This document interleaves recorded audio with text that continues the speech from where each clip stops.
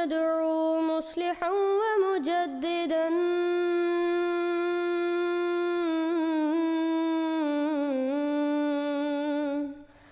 فارنوا بنظر طاهر وجنان.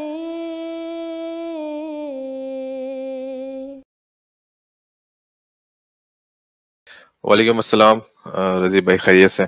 الحمدللہ، آپ سنائیں کیا حال ہے؟ ٹھیک ہے الحمد للہ. میں اس میں اچھا خاصا ماشاء اللہ لمبی کالیں ہوتی ہیں آپ کی، تو اس کے پیچھے بیٹھنا، حالانکہ میں بیٹھا کافی پہلے سے، لیکن میں نے ادھر جوائن نہیں کیا کیونکہ اس سے کیا ہے سسٹم ہیٹ اپ کرنے لگتا ہے، تو اچھا پہلے باہر سے ہی دیکھتا ہوں میں. خیر، تو ایک بار ہماری بات ہوئی تھی، مطلب سورٹ آف بات کرنی آئے تھے، لیکن سورٹ آف چھوٹا سا مناظرہ ٹائپ کا ہو گیا تھا. خیر، لیکن اس میں کچھ سوال آپ رہ گئے تھے جو اب ہم نے کہا تھا کہ ہم ڈسکس کریں گے.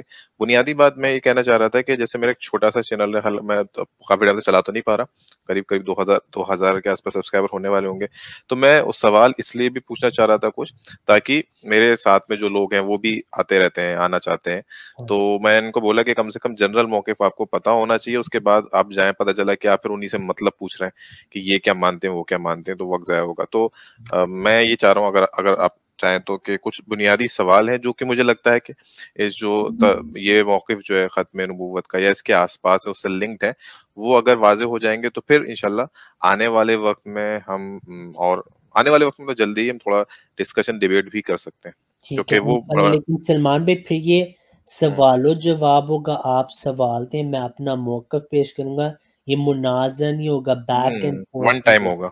مطلب میں پوچھوں گا، آپ بتائیے گا، میں اس پہ کاؤنٹر بھی نہیں کروں گا. ہاں، لیکن یہ ہو سکتا ہے انشاءاللہ کہ آنے والے 2-4 دنوں میں، ہفتے بھر میں آپ کو ای میل وغیرہ کروں، مل جائے آپ کو، انشاءاللہ. تو اس پہ اگر بالکل ہم ڈسکشن وغیرہ ہو تو ٹھیک ہے، تو اس حساب سے صحیح ہم کر لیں گے. صحیح. ابھی آپ سوال ہے. ہمارے بھائی، آپ ہر وقت ویلکم ہے. میں کل آپ کی ویسے ویڈیو بھی دیکھی ہے، وہ آپ نے ایک ویڈیو بنائی تھی عامر حق کی منافقت پہ، زبردست ویڈیو تھی. اور ایک اور بھی آپ کی میں نے ویڈیو دیکھی تھی، ہاں جی، وہ منکر حدیث کے اوپر آپ نے، مجھے لگا موسیٰ علیہ السلام کے بارے جو بخاری میں روایت ہے، اس پہ بھی ویڈیو بنائی تھی کہ مسلمانوں کو اس پہ شکست ہوئی ہے یا کوئی ایسی بات. نہیں، مگر عامر پہ میں نے ایک ہی بنائی ہے، وہ ایک حوالے کے حساب سے تھی، ان کے ٹیچر اچھا کے حساب سے، باقی تو نہیں تھی. باقی ایک حدیث موسیٰ علیہ السلام والی ہے جو کپڑے لے کے بھاگنے والی، تو اس پہ میں نے یہ بولا تھا کہ جو ہمارے لوگ دفاع کرتے ہیں تو وہ تھوڑا دیکھا کریں کہ حدیث پہ حکم کیا ہے، بنسبت اس کے کہ تعویل کریں کسی ایکس مسلم کے سامنے جا کے، کیونکہ اس پہ کلام موجود ہے پہلے سے. تو بس وہ تھوڑا سا غور کرائے. تو آپ الحمدللہ اچھا کام کریں، اللہ آپ کو جزائے خیر دے. آپ جو مخالفین کی بات کریں، میں آپ کو مزے کی بات بتاؤں سلمان بھائی، میں نے اتنا مواد تیار کیا ہوا ہے ان ایکس مسلمز کے اوپر اور جو عیسائی لوگ ہیں، لیکن کیونکہ مولوی جان نہیں چھوڑ رہے اور اتنا جھوٹ بولتے ہیں، میری ساری توجہ وہاں رہتی ہے، کیونکہ اتنا جھوٹ انہوں نے پھیلایا ہوا ہے، احمدیوں پہ ظلم کرے. میرے پاس اتنا مواد ہے. آپ ان اعتراضات کا جب آپ احمدیوں کے جواب سنیں گے نا، آپ میرے تو نہیں جواب، لیکن ہمارے خلفاء اور ہمارے مسیح موعود علیہ السلام، آپ کو پتہ ہوگا ان کے دعوے سے پہلے لوگ کہتے تھے یہ سب سے اچھی کتابیں اسلام کے دفاع میں انہوں نے لکھی ہے، وہ میں پیش کرنا چاہتا ہوں، لیکن انہوں نے جھوٹ کا سہارا لینا. یہ اتنا جھوٹ ہمارے بارے بولتے ہیں کہ بندہ کہتا ہے یار کب دوسروں کی باری آئے گی. ہاں، یہ بڑی پریشانی کا سبب ہوتا ہوگا آپ کے لیے. اور مجھے تو پرسنلی بھی یہ لگتا ہے کہ زیادہ کام جو ہے وہ قرآن کے لیے، یا جو بالکل جو قرآن کے خلاف ہیں ان کے لیے جانا چاہیے. کیونکہ میں بھی جیسے میں نے خوب سنا تھا، جیسے جو اس میں کام کرتے رہتے ہیں لوگ ختم نبوت پہ، لیکن میرا انٹرسٹ کبھی نہیں ہوا، کیونکہ مجھے لگا کہ اب اس پہ کیا ہی بات کریں آپس میں مسلم لوگ، تو مجھے لگا بہت وقت جائے گا، تو میں کبھی گھسا ہی نہیں اس پہ. ختم نبوت ایک کاروبار ہے، شاید آپ کو پتہ نہیں ہے، اس میں بہت مجھے پیسہ ہے. اگر آپ جاب کرتے ہیں، آپ اس طرف آئیں نا، آپ ملینئر ہو جائیں گے. ختم نبوت ایک کاروبار ہے کہ جماعت احمدیہ کی مخالفت کرنی ہے. اگر ان کو نبی صلی اللہ علیہ وسلم سے محبت ہوتی، آپ مجھے یہ بتائیں، جو بریلوی دیوبندی شیعوں نے ختم نبوت پہ باتیں کی ہیں، میں آپ کو دکھاؤں، آپ حیران ہو جائیں گے کہ یہ تو مرزا صاحب نے نہیں دعوے کیے. آپ سن نہیں پائیں گے کہ دیوبندی بزرگان نے کیا دعوے کیے. تو اصل میں ایک بزنس ہے، اس کو اینٹی احمدیہ کیا کریں، ختم نبوت سے اس کا کوئی تعلق ٹھیک ٹھیک خیر مجھے اس سے زیادہ وہ نہیں ہے، بس یہاں سنا ہے علی مرزا صاحب کے ذریعے سے معلوم چلا کہ اچھا ایسا بھی کچھ پڑوسی ملک میں کام وام چلتا رہتا ہے، پھر ویسٹ میں بھی چلتا ہے، تو خیر انٹرسٹ کبھی نہیں رہا. تو ابھی یہ آپ کی جو ڈبیٹ وغیرہ تھوڑی بہت سنی تو یہ پلیٹ فارم ہوا تو مجھے لگا اچھا لائیو بھی بات ہو رہی ہے، تو میں نے کہا کم سے کم 1 to 1 جا کے شارٹ میں پوچھ ہی سکتے ہیں. تو لیکن یہ پھر بھی یہ نہیں ہے کہ ہم 1 to 1 میں کئی مہینوں تک ایون کئی ہفتوں تک ڈبیٹ میں لگا رہا ہوں. میں کوشش یہ کروں گا بیک ٹو ایکس مسلم جانے کی، اس کو شارٹ ہی رکھوں گا کیونکہ اس میں زیادہ کم سے کم، کیونکہ اس میں کیا ہوتا ہے تعصب والا مسئلہ ہو جاتا ہے ڈیبیٹ میں بھی، کہیں نہ کہیں کوئی کتنے بڑا ہو وہ ایگو کا مسئلہ آ جاتا ہے نمبر 1 کسی میں بھی ہو. اور دوسرا یہ ہوتا ہے کہ وہ پتہ چلتا ہے کہ ہم ایک سرکل میں گھومے جا رہے ہیں، ترقی نہیں ہو رہی ہے، یعنی کہ کچھ اور چیزوں پہ غور کریں جیسے آپ کہہ رہے ہیں، تو وہ بڑا مسئلہ. خیر تو میں کچھ سوال ہے جو بنیادی ہے میں پوچھنا چاہ رہا ہوں جو ٹھیک ہے. میں ابھی اگین 1 to 1 ہی کروں گا، اس پہ کوئی کاؤنٹر نہیں کروں گا. ہاں مزید جیسے آپ نے کوئی سوال کا جواب دیا تو مجھے کوئی اور دوسری آیت یاد آئی تو میں بولوں گا اچھا اس کے حوالے سے پھر آپ کچھ بول دیجئے، جی یہ بول سکتا ہوں. باقی اس میں کاؤنٹر میں نہیں کروں گا کیونکہ وقت اس میں بہت زیادہ جائے گا، کوئی فائدہ نہیں ہوگا. تو جو ہے جیسے میں اکثر دیکھتا ہوں کہ آپ 72 فرقے والی حدیث کوٹ کرتے ہیں. ٹھیک ہے، آپ کا موڈس اوپرنڈی جو مجھے تھوڑا آئیڈیا لگتا ہے وہ تھوڑا کہیں نہ کہیں جو سنی مناظرے والے ہیں وہ ٹیکٹکس کچھ کامن مجھے لگتی ہیں. خیر اور کیونکہ ان لوگوں کی طرف سے ایک رویہ رہا ہے اس طرح سے، تو آپ جو چیز ان سے بلوانا چاہتے ہیں کہ بھائی ان کے خلاف بولیں، ان کے خلاف بولیں، وہ بات سمجھ میں آتی ہے. کیونکہ ابھی ایک بنیادی بات یہی ہے کہ اگر اس پہ فتویٰ ہے تو پھر آپ کے بزرگوں نے بھی یہی بات کی ہوئی ہے، تو اس پہ پہلے بات کریں پھر آگے بات چلے گی. تو یہ مجھے لگتا ہے کہ ٹھیک ہے، ایک طریقہ صحیح طریقہ ہے کہ سامنے والا اگر پہلے بیلنس میدان پہ تو آئے. لیکن میں بار بار دیکھتا ہوں جیسے 72 فرقے والی حدیث ہے، تو آیا آپ کو وہ شاید یاد نہیں ہے یا بھول گئے کہ وہ کہ اس پہ کلام ہے، 72 فرقے والی حدیث پہ محدثوں کا کلام ہے، اس کے متن پہ بھی ہے اس طرح سے. اور پھر میں نے آپ کو لنک بھی شیئر کیا، جب بھی وقت ملے دیکھیے گا.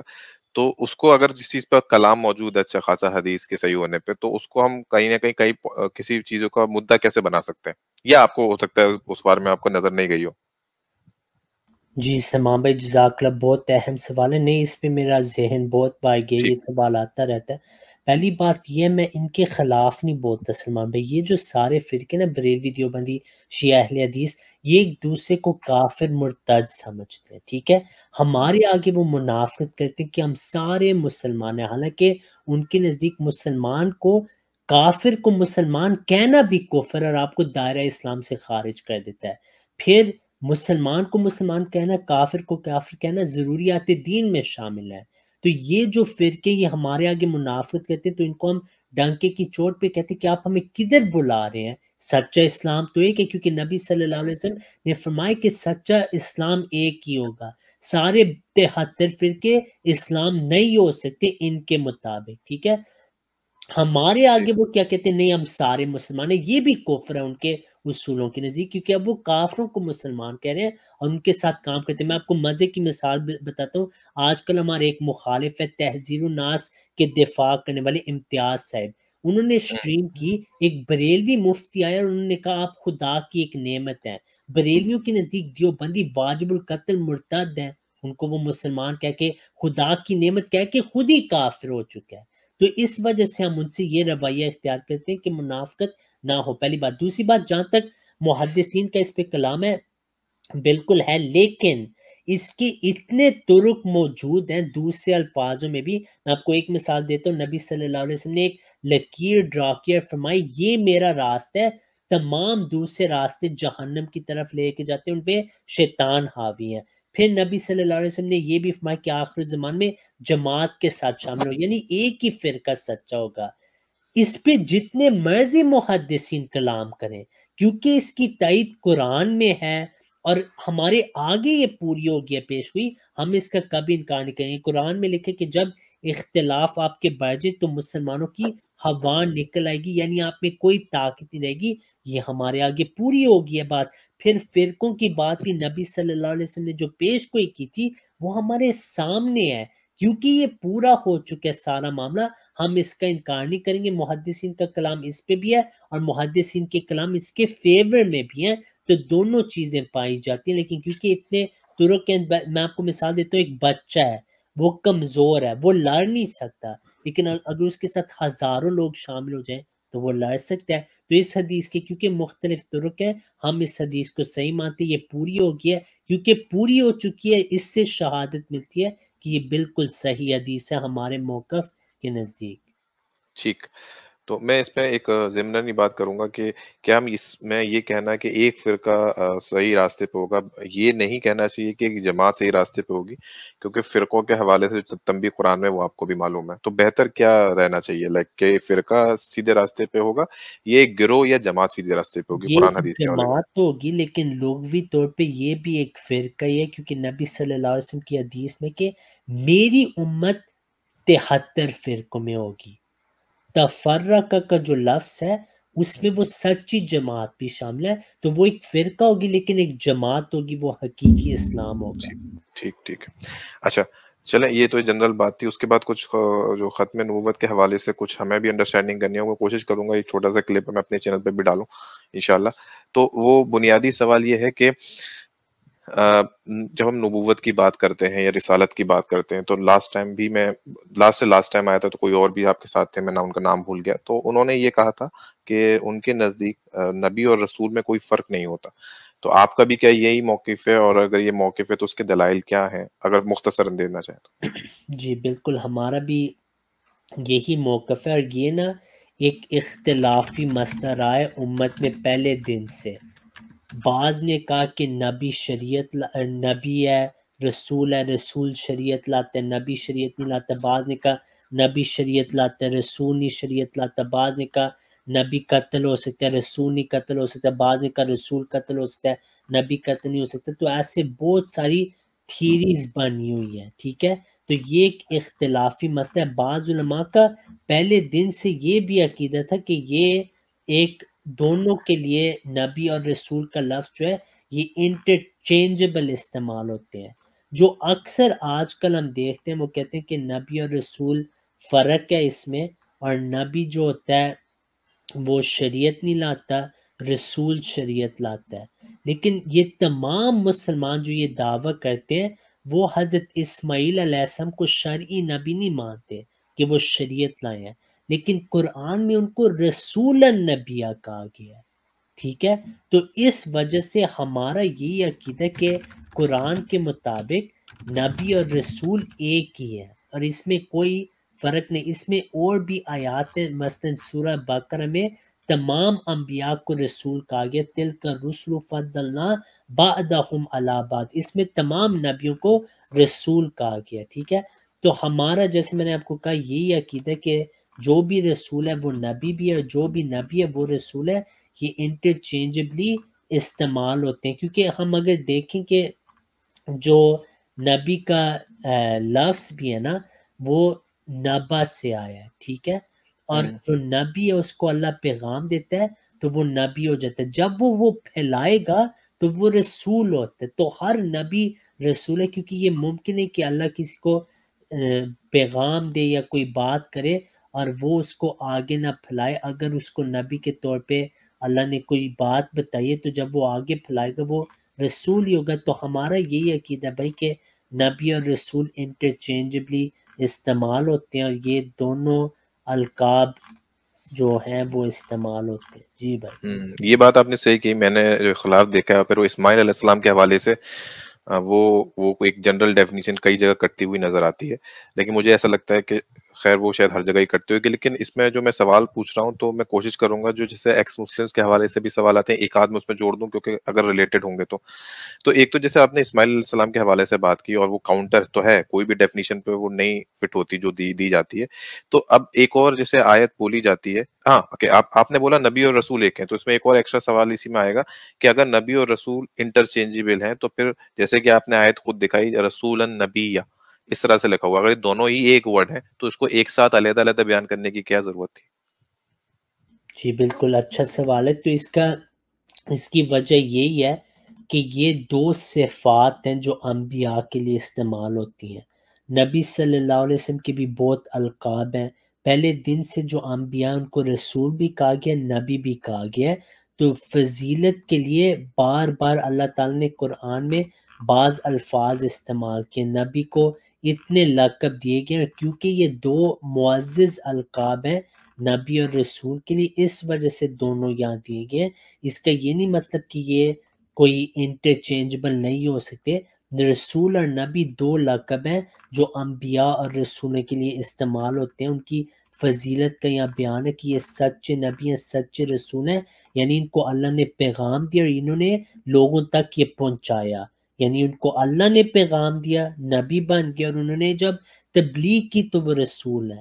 تو یہ بہت اہم ہے. جیسے اس کی مثال اگر میں دنیاوی طور سے دوں، ابھی میں ذہن میں نہیں تو کوئی بات آ رہی، لیکن اگر کوئی چیز ہے اس کا جو لازم آؤٹ کم ہے اس کا بھی بیان کرنے میں کوئی حرج نہیں. یعنی اگر کوئی کہے کہ لائک اب مجھے ابھی میں نے کوئی مثال سوچی نہیں، بہرحال یہ عربی میں بھی استعمال ایسے ہوتی ہیں باتیں. تو یہ دو ہو جاتا القاب ہیں نبی کی. جو شخص ہوتے ہیں اس کی اللہ تعریف کر رہا ہے، اس کو سچا نبی رسول کہا گیا ہے. یہ میں آپ کو ویسے مثال دے دیتا ہوں. ایکچولی سورہ البقرہ سے ایک مثال ہے شروع میں ہی، ٹھیک ہے. اللہ تعالیٰ فرماتا ہے ذالک الکتاب لا ریب فیہ، ٹھیک ہے. اب جو لا ریب فیہ وہ ہدی للمتقین ہی ہوگی، لیکن اب آگے جو آیت آ رہی ہے بہت اہم ہے. اس میں اللہ تعالیٰ فرماتا ہے الذین یؤمنون بالغیب ویقیمون الصلاۃ ومما رزقناہم ینفقون. والذین یؤمنون، لیکن یہاں جو والذین ہے نا یہ ایک ہی گروہ ہے، لیکن اللہ فرما رہا ہے اور وہ جو ایمان لے. حالانکہ اس واو میں ایک الگ افراد نہیں استعمال ہو رہی، یہ دو صفات ایک ہی گروہ کے لیے استعمال ہو رہی. تو ایسے قرآن میں آپ کو بہت ساری آیات ایسے ملیں گی جہاں نبی صلی اللہ علیہ وسلم کو بہت القاب دیے گئے ہیں. وہ رحمت للعالمین بھی ہیں، وہ خاتم النبیین بھی ہیں. جب وہ خاتم النبیین ہے وہ واضح کے رحمت بھی ہیں. جب وہ رحمت للعالمین ہے وہ بشیرہ و نذیرہ بھی ہیں. ایسے القاب استعمال ہوئے اور پہلے دن سے نبی اور رسول کا استعمال ہوتا رہا ہے. جب نبی صلی اللہ علیہ وسلم کو خاتم النبیین کہا گیا، اب خاتم الرسل بھی ہیں. تو یہ اصل بات کہ یہ جو الفاظ ہیں یہ مترادف طور پہ فضیلت کے لیے آتے ہیں. بعض آیات میں صرف رسول کا لفظ ہے، بعض میں نبیًا رسولاً دونوں بھی آتے ہیں. تو یہ ہمارا عقیدہ ہے. ایک جنرل اشکال آتا ہے اسی حوالے سے، کیونکہ وہ ہے سورہ 34 کی آیت نمبر 44. آپ اس کو دیکھ لیجئے. وہ کہتی ہے کہ اسماعیل علیہ السلام کے حوالے سے بات ہوئی تھی اس لیے پوچھ رہا ہوں. بسم اللہ الرحمن الرحیم. وما آتینا من کتب یدرسونہا وما ارسلنا الیہم قبلک من نذیر، کہ ہم نے آپ سے پہلے ان کو کوئی بھی کتاب نہیں دی تھی اور جو اس کو پڑھتے، اور نہ ہی آپ سے پہلے کوئی ڈرانے والا بھیجا تھا. یہ نبی محمد صلی اللہ علیہ وسلم سے بات ہو رہی ہے ان کے قوم کے حوالے یعنی قریش کے حوالے سے. تو اب اگر ہم بات کریں کہ قریش میں اس آیت کو مان لیں من قبل ہی کر کے پورا لکھا ہوا ہے، تو نہ نبی صلی اللہ علیہ وسلم پہلے کوئی ڈرانے والا بھیجا، نہ ان کے پاس کوئی کتاب تھی. اب اگر اسی لاجک کو اسماعیل علیہ السلام پہ فٹ کرتے ہیں تو کیا یہ دونوں 180 ڈگری نظر نہیں آتے؟ ہاں جی بالکل اچھا سوال ہے. تو یہ عربی کا محاورہ ہے، اس پہ ہماری کافی بات ہوتی رہتی ہے کہ ہم نے آپ سے پہلے کوئی نذیر نہیں بھیجا. یہ ایسے اللہ تعالیٰ اس میں یہ فرما رہا ہے کہ نبی صلی اللہ علیہ وسلم طرح کا کبھی آپ کے پاس نذیر نہیں آیا. اس کا یہ نہیں مطلب کہ کوئی پیغمبر نہیں ہے، کیونکہ دوسری آیت میں اللہ تعالیٰ نے فرمایا کوئی امت نہیں الا خلا فیہا نذیر وَإِن مِّن أُمَّةٍ الا خلا فیہا نذیر، کوئی ایسی امت نہیں جس میں نذیر نہیں آیا. یہ جو آیت ہے اس کا آپ مجھے حوالہ پھر سے بتاتے ہیں انگلش میں. 34 کی 44. 34 ہاں جی. تو اس آیت میں جہاں اللہ نے فرمایا نا وَمَا أَرْسَلْنَا إِلَيْهِمْ قَبْلَكَ مِن نَذِيرٍ، یہ نبی صلی اللہ علیہ وسلم کی شان اللہ تعالیٰ بتا رہا ہے کہ آپ صلی اللہ علیہ وسلم کا وہ مقام ہے کہ ایسا نبی آپ سے پہلے کبھی نہیں آیا. اور میں آپ کو بتاؤں کہ یہ ایسی تفسیریں دوسرے علماء نے بھی کی ہیں، وہ ابھی میرے سامنے نہیں ہے، وہ انشاءاللہ آپ کو میں دے سکتا ہوں، کیونکہ ہم اس کو ایکچولی ایک دلیل کے طور پہ بھی استعمال کرتے ہیں کہ عربی میں جب ہم کہیں کہ میں آپ کو کہتا ہوں آپ نے اتنے مزے کا کھانا کھایا، میں آپ کو کہتا ہوں آپ نے اس سے پہلے کھانا نہیں کھایا. اس کا یہ نہیں مطلب کہ آپ نے کبھی کھانا نہیں کھایا، اس کا یہ مطلب ہے کہ ایسا کھانا نہیں کھایا. تو یہ اس آیت کی تشریح ہے. ٹھیک. اس میں ایکس مسلم کی طرف سے بھی ایک سوال آتا ہے کہ کچھ ہمیں رپورٹس ملتی ہیں جو ابراہیم علیہ السلام کے حوالے سے کہ ابراہیم علیہ السلام کے 2 بیٹے تھے، اسماعیل علیہ السلام اور اسحاق علیہ السلام. اب بات یہ ہے کہ اگر ان کے 2 بیٹے تھے، اور پھر کہا جاتا ہے کہ ابراہیم علیہ السلام اور اسحاق علیہ السلام جو ہے وہ فلسطین کے علاقے میں یروشلم کنعان میں تھے، اور اسماعیل علیہ السلام خالی یہاں پہ تھے. تو اب یہ مجھے بتائیں کہ آیا یہ بات خالی روایتوں میں آئی ہوئی ہے، یا ہم یہ مانتے ہیں کہ اسماعیل علیہ السلام بھی رسول تھے اور نبی تھے، تو ان کے پاس بھی شریعت تھی، اور ابراہیم علیہ السلام بھی نبی رسول تھے، لیکن پھر قرآن میں کہا جاتا ہے کہ نہیں، جب وہ آئے تھے کیا نام ہے ابراہیم علیہ السلام، تو وہاں تو کوئی تھا نہیں، وہ تو بنجر زمین تھی، پھر ہلکے ہلکے کر کے آبادی بڑھی. تو ایسی جگہ شریعت والا رسول چاہے اسماعیل علیہ السلام ہو چاہے ابراہیم علیہ السلام ہو، جہاں آبادی ہی نہیں ہے اور آبادی آئے گی، یہ کیسے لاجیکل بات ہو سکتی ہے جب کہ اس کو شریعت لے کے وہاں بھیج دیا جائے، جبکہ آنے والے ٹائم میں 10 سال میں آئے گی، 20 سال میں آئے گی، 50 سال میں آئے گی، لوگ زندہ رہیں گے نہیں رہیں گے. تو یہ کاؤنٹر کوشچن رہتا ہے، اس کا کیا جواب دیں؟ تو ہمارا عقیدہ یہ حضرت اسماعیل علیہ السلام نبی بھی تھے، رسول بھی تھے. یہ بالکل غلط ہے کہ حضرت ابراہیم علیہ السلام جہاں پہ تھے وہاں کوئی تھا نہیں، یہ قرآن حدیث سے نہیں ثابت. اگر ان مکہ کو میں. نبی رسول کہا گیا ہے تو اس کا مطلب ہے وہاں لوگ موجود تھے. اسی وجہ سے حضرت ابراہیم علیہ السلام، اسماعیل علیہ السلام کے متعلق وہ دعائیں بھی ہیں، جو دعائیں حضرت ابراہیم علیہ السلام کی قرآن میں موجود ہیں. وہ تو جب حضرت اسماعیل علیہ السلام مکہ میں آئے تھے تو آپ علیہ السلام نے جو دعا کی تھی کہ وَابْعَثْ فِيهِمْ رسول، اور جو دوسری دعا بھی ہے کہ وَارْزُقْهُم مِّنَ الثَّمَرَاتِ، کہ ان کو ثمرات سے نوازے. تو وہ ساری دعائیں پوری ہوئی ہیں حضرت اسماعیل علیہ السلام میں، اور آج ہم دیکھ رہے ہیں کہ یہ سارا کچھ پورا ہو گیا. تو ہمارا نہیں ہے یہ عقیدہ کہ وہاں پہ کوئی تھا نہیں یا کوئی ایسی بات.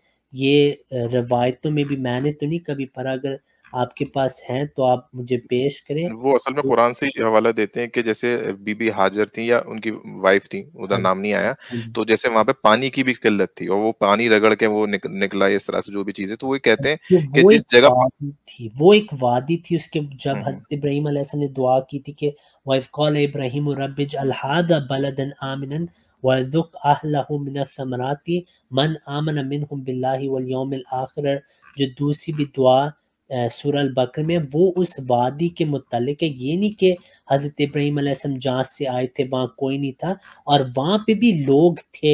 یہ نہیں ہے کہ کوئی نہیں تھا، وہ ایک جگہ تھی لیکن اس کے ارد گرد لوگ تھے. کیونکہ خود ہی صحیح البخاری میں روایت ہے کہ حضرت اسماعیل علیہ السلام جہاں پہ تھے وہاں پہ انہوں نے لوگوں سے سیکھا تھا. اگر وہاں کوئی تھا نہیں تو پھر وہ کس سے سیکھے تھے؟ وہاں واضح لکھے کہ وہاں آبادی تھی اور اسماعیل علیہ السلام نے ان سے سیکھا تھا. ٹھیک ہے، تو ہاں جی. ٹھیک. چلیں، یہ پوائنٹ تھے. اور ایک سوال اور میں جو ایکس مسلم کے حوالے سے ہے، میں مکس کر کے پوچھتا رہوں گا، ایک جنرل سوال اور ادھر کر کے آپ کو بور نہ ہوتا کہ نہیں نہیں دوسرے فگر والے بھی سوال ہیں. جو پہلے بھی میں نے سوال پوچھا تھا کہ جیسے زید بن حارثہ اور اما زینب کے حوالے سے جو نکاح کی بات آتی ہے اور پورا قصہ جو شان نزول میں ختم نبوت کے حوالے سے ہوتا ہے، تو وہ موطا امام مالک اگر اٹھا لیں جو حدیث کی پہلی کتاب مانی جاتی ہے، اور وہ خالی کتاب نہیں ہے جیسے امام بخاری کی کتاب ہے، بلکہ امام مالک کا پورا اپنی زندگی کا انہوں نے اس میں ایفرٹ ڈالا ہے، جو بھی 70-80 سال جو ان کے مدینہ میں گزرے، اس حساب سے بہت اہمیت کے حامل ہے. تو اس کتاب میں یہ جو 33 کی 40 جو آیت ہے خاتم النبیین والی، اس کا جو شان نزول کا واقعہ جو زید بن حارثہ والا ہے، مزنہ والا، وہ سرے سے ہی نہیں ہے اس پوری کتاب میں. تو اس پہ بتائیے کہ یہ اس پہ اتنا بڑا واقعہ کیوں نہیں ہے؟ اور دوسری بات یہ کہ زید بن حارثہ کی اور اما زینب کی شادی کی کوئی دلیل ہمیں کوئی ڈائریکٹ ہم قرآن سے لے سکتے ہیں یا حدیث سے ملتی ہے، اپارٹ فرام تفسیر کے ہمیں معلوم ہے وہاں لکھی ہوئی ہیں سند بے سند جو بھی باتیں، کہ ان یہ کی بتائیں. شادی ہوئی ہے. زید بن حارثہ اور اما زینب کی، یا ہاں قرآن سے پھر حدیث یہ سے؟ تو قرآن میں واضح ہے، آیت 33 38 36 37. 36 37. ہم کیونکہ کاؤنٹ کرتے ہیں نا بسم اللہ کو، تو ہمارے لیے 38 ہے جہاں واضح ٹھیک ہے. لکھے کہ وَإِذْ تَقُولُ لِلَّذِي أَنْعَمَ اللَّهُ عَلَيْهِ وَأَنْعَمْتَ عَلَيْهِ أَمْسِكْ عَلَيْكَ زَوْجَكَ. تو یہ تو واضح کہ زید بن حارثہ اور حضرت زینب رضی اللہ عنہ کی شادی ضرور ہوئی ہے، اس میں کوئی ہم اختلاف نہیں کر سکتے. جہاں تک یہ کہنا کہ موطا امام مالک میں شان نزول نہیں ہے، اس میں واضح کہ ہر آیت کی شان نزول موطا امام مالک میں نہیں پائی جاتی. عدم شے عدم وجود کی دلیل نہیں ہوتی. اگر کوئی چیز نہیں لکھی اس کا یہ نہیں مطلب کہ وہ بات ہوئی نہیں، کیونکہ ہمارے پاس بخاری دوسری حدیث سے روایات ہیں کہ یہ شادی ہوئی تھی، تو ہم اس کو ضرور مانتے ہیں. اس آیت میں قطعیت طور پہ یہ لکھے، یہ سورہ الاحزاب کی آیت ہے. اور شان نزول کے متعلق جو آپ نے بات کی، اس میں بھی آپ کی بات درست ہے کہ موطا امام مالک میں نہیں، لیکن دوسری حدیث میں آپ کو نظر آئے گا اس کا شان نزول. وہ انشاءاللہ ہم آپ کے ای میل کی طرف آئیں گے، وہ آپ ٹھیک مجھے ٹھیک. ری سینڈ بھی کر دیں، وہ میں انشاءاللہ آپ کو حوالے بھیجوں گا. لیکن آپ اس شادی کو نہیں مانتے کہ یہ ہوئی تھی؟ جی کیونکہ جو دلائل موجود ہیں وہ کافی نہیں ہے. مطلب اگر اس میں ہم بات کریں, اگر میں شارٹ میں رکھوں گا, سوال کر رہا ہوں آپ سے, جتنے بھی اسکالرس ہیں اگر ان سے یہ مسئلہ پوچھیں تو بسم اللہ ایسا کرتے ہیں کہ کیونکہ بی بی زینب قریش سے تھی, ان کی نب نہیں پائی تھی اور پھر یہ معاملہ بگڑ گیا. تو بات یہ کہ بی بی زینب کا چر زبان ہونا ہی کسی صحیح سند سے ثابت نہیں ہے. ہاں تو جی, جب تو پہلے اس میں آپ کو ہمارا موقف جلدی سے بتا دیتا ہوں. یہ جو آیت ہے نا کہ جہاں پہ اللہ تعالیٰ فرماتا ہے وَتُخْفِي فِي نَفْسِكَ مَا اللَّهُ مُبْدِيهِ وَتَخْشَى النَّاسَ, جو علماء اس کی تفسیر کرتے ہیں نا کہ نبی صلی اللہ علیہ وسلم کو محبت ہوگی تھی اور آپ نے اپنے دل میں یہ رکھا کہ میں ان کو طلاق نہ قرار دوں, لوگ میری مخالفت کریں گے. ہم نہیں اس تفسیر کو مانتے, یہ واضح طور پہ آپ تو بات غلط ہے. سمجھتے. ہماری تفسیر یہ ہے کہ وَتُخْفِي فِي نَفْسِكَ مَا اللَّهُ مُبْدِيهِ وَتَخْشَى النَّاسَ, یہاں پہ جو چیز نبی صلی اللہ علیہ وسلم نے دل میں رکھی تھی, جو ان کو نبی صلی اللہ علیہ وسلم کو تنگی ہوئی تھی, وہ یہ تھی کہ میں نے اس عرب رواج کی مخالفت کی وحی الہی کے ساتھ جہاں اپنے بیٹے کی میں نے شادی کرائی. ٹھیک ہے, اس کو میں نے خود ہی یہ شادی کرائی, حالانکہ یہ عرب کے رواج کے خلاف تھا کہ اتنی اعلیٰ رینک کو لوئر سٹیٹس کے ساتھ شادی کرانا. اس پہ نبی صلی اللہ علیہ وسلم کو خوف تھا کہ اب لوگ میری مخالفت کریں گے, کہ اس نے خود ہی نبی صلی اللہ علیہ وسلم نے زینب رضی اللہ عنہ کو خود ہی براپے کی طرف لائی, یعنی آپ نے ان کی حفاظت کی, ان کی کیئر میں زینب رضی اللہ عنہ تھی, اور آپ نے یہ شادی کرائی اور وہ نئی کامیاب ہوئی. اس سے نبی صلی اللہ علیہ وسلم کو خوف تھا کہ یہ لوگ میرے بارے یہ کہیں گے کہ خود ہی شادی کرائی ہے اور اب خود ہی ٹوٹ کی ہے. تو یہ تھی وہ بات, نہ کہ آپ صلی اللہ علیہ وسلم کو کوئی محبتی. زینب رضی اللہ عنہ تو آپ کے آگے بری ہوئی ہیں, کبھی بھی آپ کو زینب رضی اللہ عنہ سے ایسی محبت نہیں تھی جو یہ مخالفین پیش کرتے. کوئی ایسی محبت نہیں تھی. یہ سارے جھوٹے قصے ہیں, گستاخی, ہم اس کو نہیں تسلیم کرتے. سے اچھا, اس کے ضمن بھی 2-3 سوال ہیں, یا میں سوال ہی شفٹ کر دوں کیونکہ اس پہ تو میں نے کیا ہوا ہے اسی ٹاپک سے زید بن حارثہ سے, یا میں باقی سوال کنٹینیو آپ کروں باقی جیسا؟ کر لیں, پھر انشاءاللہ ٹھیک ٹائم بھی ٹھیک کافی ہے, دوسرے بھی ٹھیک ممالک. ہے, میں 5 منٹ میں جلدی نپٹاتا ہوں. اچھا, تو ایک تو یہ چیز ہو گئی. ٹھیک ہے, یہ جو 44ویں آیت کی بات کر رہا ہوں کہ محمد صلی اللہ علیہ وسلم تم مردوں میں سے کسی کے آبا نہیں ہیں, تو یہ بڑی تعجب والی بات ہے کہ عام طور پہ کیا عموماً اب کا ترجمہ والد پہ کیا جاتا ہے, آبا کا جو ہے وہ فور فادرز پہ کیا جاتا ہے. تو کیا بات ہے کہ جو ہے اکثر ترجمے کرنے والوں نے, چاہے اہل سنت کے ہوں اہل تشیع کی ہوں, انہوں نے آبا کو بس یوں ہی بس یہ کہہ لیا کہ کیونکہ سب نے اس کا ترجمہ باپ میں کیا ہے تو ہم بھی باپ کر دیں گے, کیونکہ پیچھے کہانی تھی زید بن حارثہ کی تو اس لیے باپ کا ترجمہ کیا. البتہ آبا کا تو باپ نہیں بنتا. اس پہ کیا؟ ہاں جی, نہیں, ابا کا لفظ عربی میں ابن کا لفظ باپ کا بھی بنتے, دونوں بنتے ہیں. تو یہ پہلی چیز ہے. دوسری چیز یہ کہ ابا کا لفظ جو لغوی طور پہ اس کا مطلب ہے وہ یہ بھی کہ کسی سے سلسلہ شروع ہو رہا ہو. تو نبی صلی اللہ علیہ وسلم کی کیونکہ جو مرد ہیں اس عورت پہ نہیں, اس ایج پہ نہیں پہنچے, عورتیں تو پہنچی حضرت فاطمہ رضی اللہ عنہ, لیکن جو آپ کے مرد بچے تھے وہ جلدی فوت ہو جاتے تھے نا. تو اس وجہ سے آبا کا مطلب یہ بھی ہے سلسلہ جاری کرنے والا. آپ سے کوئی جسمانی سلسلہ نہیں جاری ہوا مردوں کے لحاظ سے, ولیکن رسول اللہ, لیکن روحانی سلسلہ آپ سے شروع ہوا ہے اور قیامت تک اب آپ کا اس سلسلہ چلے گا. تو یہ آیت میں بات ہو رہی ہے ابا احدن کا مطلب باپ ہی یہاں پہ لیا جائے گا, اور ابن کا لفظ عربی میں باپ کے لیے بھی آتا ہے. آج کل بھی اگر ہم نے اپنے والد صاحب کو بلانا ہو عربی میں, ہم کہیں گے ابھی, ہمارے باپ. تو یہ صرف فور فادرز کے لیے نہیں آتا, یہ باپ کے لیے بھی آتا ہے عربی میں. ٹھیک, چلیں آخری 2 سوال ہیں, جلدی شارٹ میں کرتا ہوں. ایک سوال یہ کہ وہاں پہ جو زید ورڈ آیا ہے, تو جیسے کہ اور جگہ بھی آپ دیکھیں احمد ورڈ آیا ہے, زید آیا ہے, یہ اس طرح سے آیا, تو اکثر لوگ ڈسکس کرتے ہیں کہ بھائی زید ہے تو یہ صفاتی نام بھی ہو سکتا ہے, احمد صفاتی نام بھی ہو سکتا ہے. زید کو یہ مان لیا گیا کہ یہ زید بن حارثہ ہی ہوں گے, کیوں زید بن ارقم کیوں نہیں ہو سکتے؟ اور پھر وَإِذْ تَقُولُ سے پوری آیت پڑھتے جاتے ہیں تو وہ نبی کا نام نہیں ہے. تو خیر شارٹ میں بتائیں کہ زید یا زید بن حارثہ کیسے ہو گئے؟ شان نزول کی وجہ سے. اگر شان نزول نہیں ہوتا تو زید بن حارثہ نہیں ہو پاتے.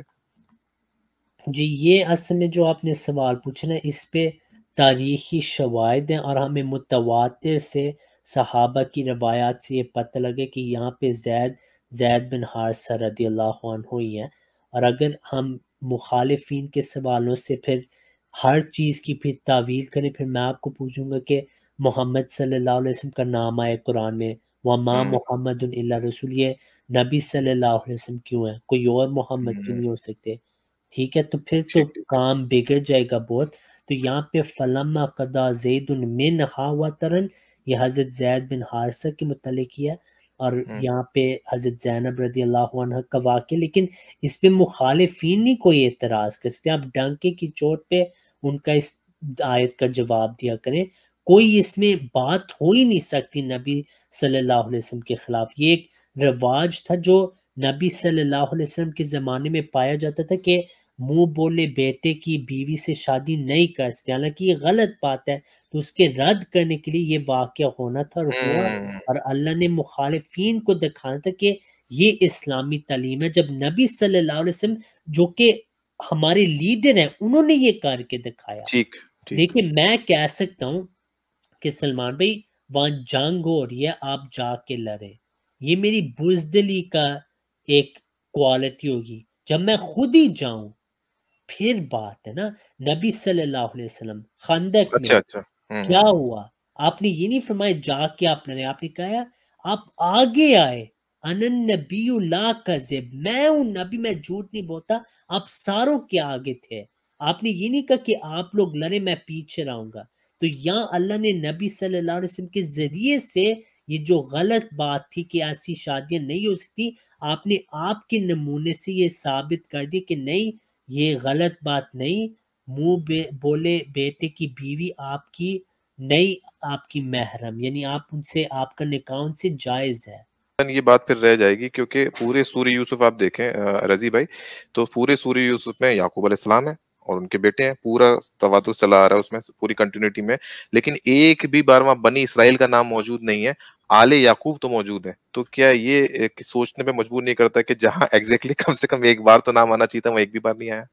نہیں، کیونکہ دیکھیں بھائی ہر جگہ ہر موقع کے لحاظ سے اللہ تعالیٰ نے اپنے ڈیفرنٹ نام استعمال کیے۔ اب دیکھیں ٹیکنیکلی بندہ کہ تو ہم بھی اہل کتاب نہیں، ہمیں بھی قرآن ملا ہے، لیکن ہمارے لیے اللہ نے اہل کتاب نہیں استعمال کیا۔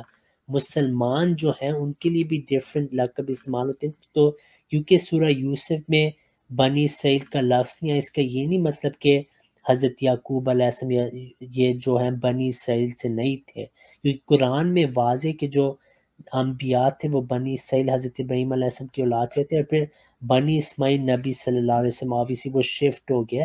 تو یہ نہیں کوئی دلیل، جیسے میں آپ کو پہلے بات کی، جو ایکس مسلمز ہوتے ہیں نا ان کے اکثر اعتراض آپ دیکھیں گے وہ عدم وجود پہ ہوتے ہیں کہ یہ چیز قرآن میں نہیں، دیر فور دس، ایسے نہیں بات چلتی، ایسے پھر دین ختم ہو جائے گا نا۔ تو بس کہ کوئی چیز مینشن، اس کا یہ نہیں مطلب اس کا اپوزٹ ضرور ہے، اور ہم نہیں یہ حق رکھتے ہم یہ کہ اللہ کو اس طرح بات کرنی چاہیے تھی، اللہ کو اس طرح بات کرنی چاہیے تھی، اللہ کو پتہ ہے اس نے کیسے بات بیان کرنی ہے، اور وہ اللہ تعالیٰ بہتر جانتے کون سے الفاظ کس جگہ اس نے استعمال کرنے ہیں۔ ٹھیک ہے، بہت بہت شکریہ رضی بھائی وقت دینے کے لیے، اور کالرس ہوں گے انشاءاللہ اور بعد میں آتے رہیں گے انشاءاللہ۔ جزاک اللہ سلمان بھائی، بہت بہت شکریہ۔